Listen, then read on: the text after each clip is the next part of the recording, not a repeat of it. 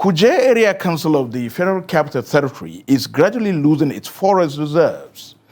An environmental crisis unfolding amid growing demand for farmland and housing driven by rapid population growth. The deforestation is further worsened by the widespread cutting of trees for firewood and charcoal, as residents seek affordable alternatives to cooking gas and electricity. In the past 4 years, Kuje has lost over 3,000 hectares of natural forest, according to Global Forest Watch. Trust TV's Ibrahim Ismail has details. In 2020, Kuje had 111,000 hectares of natural forest, covering about 65% of its land area. But by 2024, over 3,800 hectares had vanished, according to figures from Global Forest Watch. Satellite images of Kuje analyzed by Trust TV reveal clear evidence of forest decline between 2020 and 2025, as seen in these comparison visuals.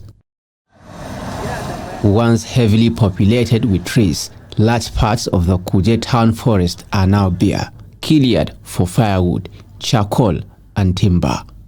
From 2020 to now, this forest, there is plenty trees where occupy everywhere, but now because of some breeze they bring them down, and the people where they come and they cut it. If there is tree for town, erosion no go chop people house or something like that. In Kuje, logging has become a booming business. From firewood to charcoal and timber, demand continues to soar. Deep in the forest, charcoal makers say a single large tree can produce up to 18 bags of charcoal, each selling for 6,000 naira. Motorcycles often transport 3 to 5 bags at a time to the city. 23-year-old Ayuba Dogara says unemployment pushed him into the trade. Things are coming, things are going. The way I think this charcoal work, it will stop one day. Why? Because for village, very soon the firewood go finish for village very soon, because the whole population is entering the village. Some people are cutting with tipper the entire village, they pack firewood. We now they clamp hill. If you carry charcoal 4 bags on top bike like this to enter the road, you see some people go fall, some people they break leg. If my advice should be that the youth, they should employ the youth so that we should not suffer again. For packing charcoal, all this kind of thing, down and suffering. We get result. Me, when you see me like this now, I don't apply so many work, I don't get.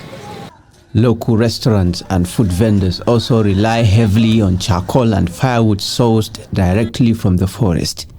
They often employ the services of woodcutters who are constantly on the move.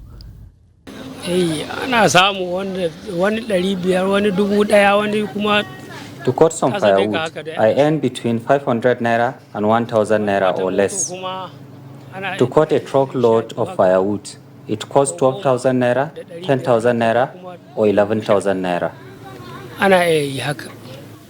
Experts and residents warn that the ongoing deforestation in Kuje poses serious risk to the environment, including loss of biodiversity, desertification, and climate disruption. I'm afraid the trees will be depleted. Now firewood is scarce and not widely available anymore.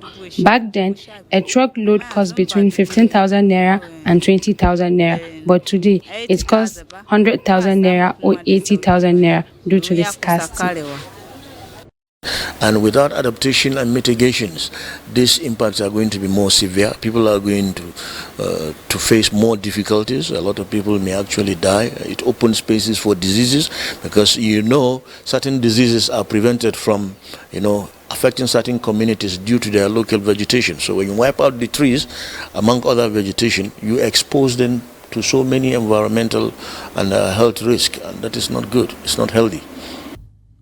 In 2024, the Minister of Agriculture and Food Security, Senator Abubakar Kyari, inaugurated the National Task Force on the European Union Deforestation Regulation to ensure Nigeria's compliance.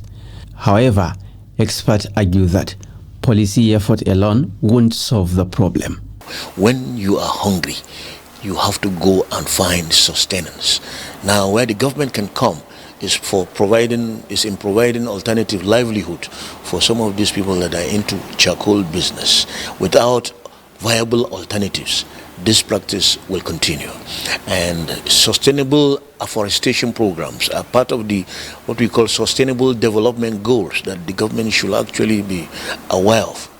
Like many forest reserves across Nigeria, Kuje is under increasing pressure from the rising demand for wood-based fuel, largely due to the high cost and poor accessibility of cleaner energy options like gas and electricity.